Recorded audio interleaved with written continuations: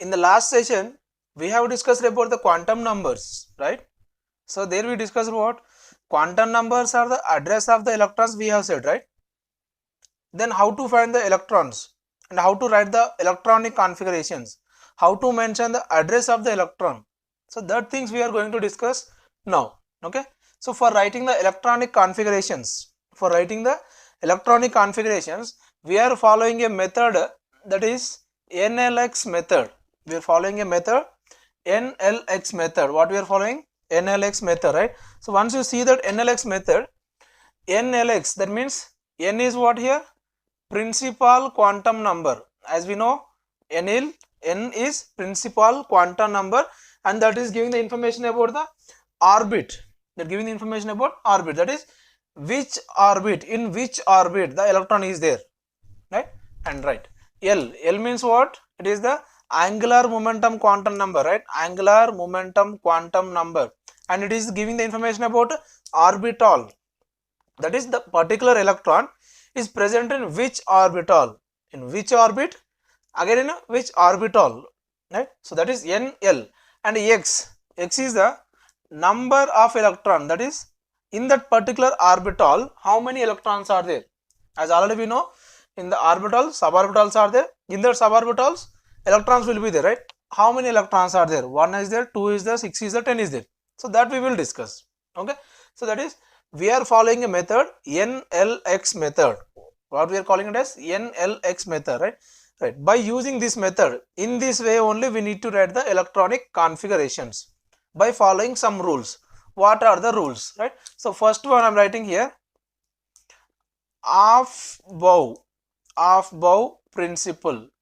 Aufbau principle. Okay, what is mean by Aufbau principle, right? So the lowest energy orbitals, as we know what, in first orbit some electron, for orbital is there, in second orbit also orbitals are there, in third also orbitals are there again. So like that, how many orbitals if you take, so that many number of orbitals will be there, right? So the orbitals, how they are filling, that is from lowest energy orbitals, that is lowest energy orbitals should be filled first. Lowest energy orbital should be filled first. Then how to know which is the lowest and which is the highest energy orbital, right? So for that we are having a diagram. Right? So that diagram we called as Euler diagram. What I am saying it is Euler diagram. Okay, right? I'll draw in a simple way, that is Euler diagram, right? So I'm drawing here 1s, 2s, 3s, 4s, 5s, 6s, 7s. Again we'll write here 2p, 3p, 4p, 5p, 6p. Again we'll write here 3d, 4d, 5d. Again here write here 4f. Okay, and how to fill that, right? So let us say how to fill that. First orbit is there, no, right? The electron is filling in the first one directly, and the arrow mark is showing the entry of the electron.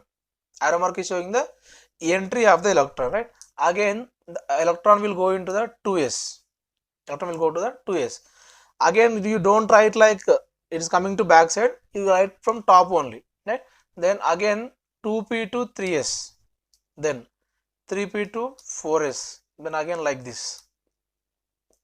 Okay, it will be like this. Now we need to write the energy series of these orbitals. This diagram we call as Euler diagram. Now I will write the energy series for this. All right, energy series. See it carefully, children. First electron enters into 1s, no, it is 1s, right? Lower energy, no, so 1s.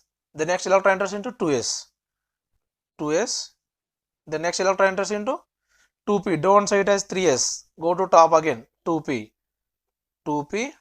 next coming to 3s, again go to here 3p, next coming to 4s.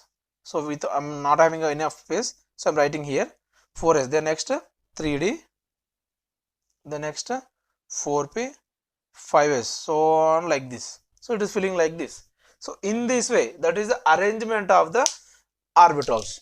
That is the arrangement from lower energy to higher energy. The orbitals are arranged like this. In this manner only we need to fill the orbitals. In that manner only we need to fill the orbitals, right? So first 1s should be filled, then 2s, then 2p, 3s, 3p, 4s, 3d. Then you will get doubt here. Here writing, what we are writing here, 4s we are writing, and here 3d we are writing, no? That is 4s means 4 is there, 3s means 3s is there, that is 3 is smaller than the 4, no? So why we are writing the 4s? Means here one rule is there, that rule we are writing like n plus l rule. What we are saying it as n plus l rule, right? According to the n plus l rule, if we are taking the 4s and 3d, if you are taking the 4s and 3d, here write n and l values, n and l values will write here. In 4s, what is the n value according to NLX method? NLX method, right? NL 4s, that is n is the 4, l is the s means what? In the Ajmutal quantum number we discussed, no? 0, 1, 2, 3, s, p, d, f we discussed, no? Right? So that is l value will be 0. So it will be 4 only. When we take in the n plus l, it will be 4. Now coming to 3d, n value will be 3, l value will be 2, then it will be 5. Who is bigger than, who is higher here? So obviously 3d is the higher, so 4s is filling first, right? So that is, we are filling the electrons as per Aufbau principle. That is, Aufbau principle means what? Lower energy orbitals are filling first, then it is going to higher energy orbitals. Okay, that is a one rule. In this one rule you need to write, so two cases, you need to learn the two cases, like Euler diagram you need to learn, and you need to learn the n plus l rule also, right? And then next one I am writing here Hund's rule. I am writing here Hund's rule, we can call it as Hund's rule also, right? So what is mean by Hund's rule? Means in a s orbital, how many suborbitals are there? Only one suborbital, right? In p orbitals, 3 suborbitals are there. In d, 5 suborbitals are there, right? So if the p is having the suborbitals that we wrote like what? -1, 0, +1 we wrote in the magnetic quantum number, or that you can mention like px, py and pz also you can mention like, right? So these orbitals are having the same energy. These orbitals are having the same energy, that we can call it as degenerate orbitals. Degenerate orbital, that means orbitals which are having the same energy, which belongs to same orbitals, are called as degenerate orbitals, right? Coming to the Hund's rule, the degenerate orbitals should be filled first with 1 electron each. The degenerate orbitals should be filled first with 1 electron each, then the pairing should be starts. Pairing should be starts after degenerate orbitals are filled with each 1 electron. Okay, so that is Hund's rule. Hund's rule. So how that is we will discuss here, right? Suppose we'll take carbon. We'll take carbon. We'll take, so carbon number is what? 6. Carbon number is 6. So we can write the configuration as per Aufbau principle, right? And we know what? In each suborbital there is only 2 electrons will be there. So according to that, s orbital can hold 2 electrons. S orbital can hold 2 electrons. P can hold 6 electrons. D can hold 10 electrons, and F 14 electrons they can hold. Yes or no? Right. So here we are writing the carbon configuration, that is 1s2, 2s2, 2p2, 1s2, 2s2, 2p2. Okay, right. So see this, we can mention like this. In s orbital 2 electrons are there, only one suborbital is there, 2 electrons. Again in 2s, s orbital 1 suborbital is there, 2 electrons. Again in 2p, 3 suborbitals are there, no? In the 3 suborbitals, these 2 electrons should be given to degenerate orbitals. It should not be filled like this. They should not be filled like this. Okay, so we need to write like this. Okay, that is, the pairing should start after filling the d-generated orbital. That means if suppose nitrogen you take, one electron comes to here. If suppose oxygen you will take, one electron comes to here, next electron comes to the pairing. But we need to do what? First we need to fill the d-generated orbitals with one electron each, then only pairing should be starts. Okay, so that is Hund's rule. Right? And next one, Pauli's exclusion rule. Pauli's exclusion rule. What is mean by Pauli's exclusion rule? Right? So let us say no two electrons of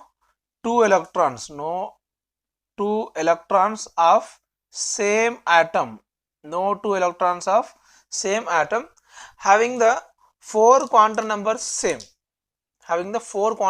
that is, if you take any atom, any one atom, if you taking, in that one atom no two electrons are having the same four quantum numbers.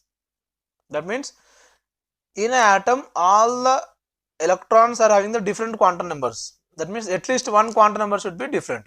Suppose we will take a example, helium we will take. Suppose, as we know, helium configuration 1s2, two electrons are there, right? So the two electrons will be, one is in a clockwise, one is in anti-clockwise direction, right? Now let us write here, two electrons are there, no? In 1s2 two electrons are there, right? That is 1s, one electron is there, 1s, two electron is there.